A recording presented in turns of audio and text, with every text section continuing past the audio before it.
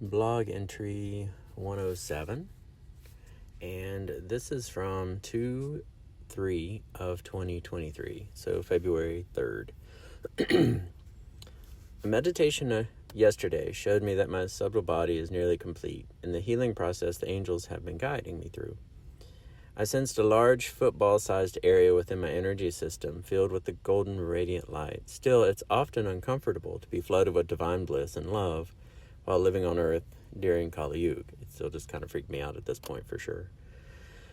I know this might not make sense to most, but my concern is that the softer I become, the more I seem to feel, emotionally, energetically, and physically.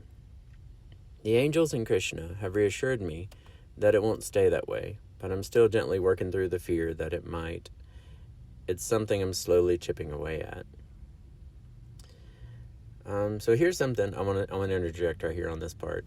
I had this feeling a lot, a fear of being able to feel even more of the grind of the material world.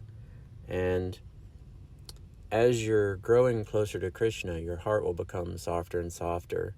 And as you expand more and more and more, there'll be moments of integration where you'll feel more, but they don't last. And they may not even be like a whole day.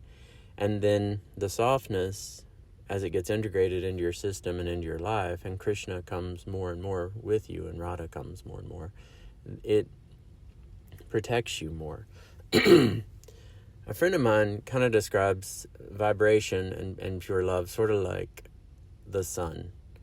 And when something vibrates at such a high vibration, all the lower vibrational energies can't really, they have two choices when they get near it. They can either vibrate at the same vibration, or they are like destroyed or scattered about, or whatever you want to say, dispelled.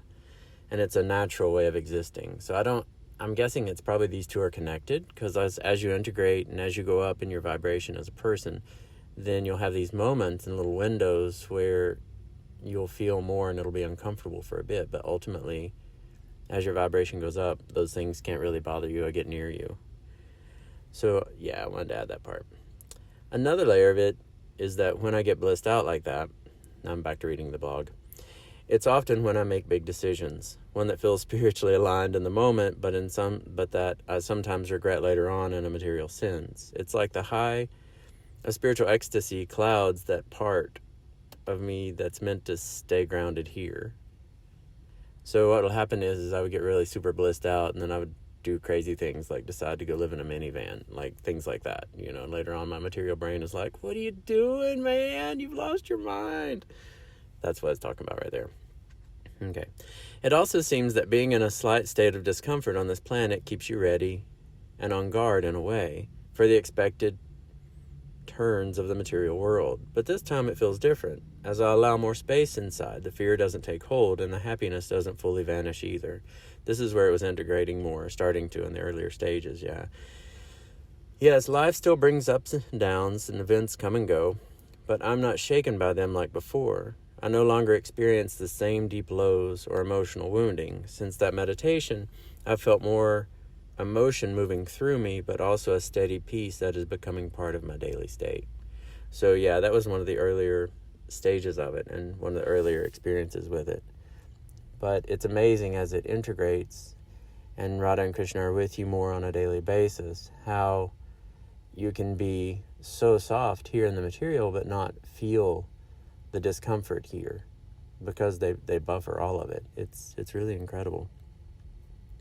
All right, well, that's it for today's blog entry. Thanks for tuning in. And if you have a chance, like and subscribe to the YouTube channel. It's super helpful. And have a great rest of your day. Bye-bye.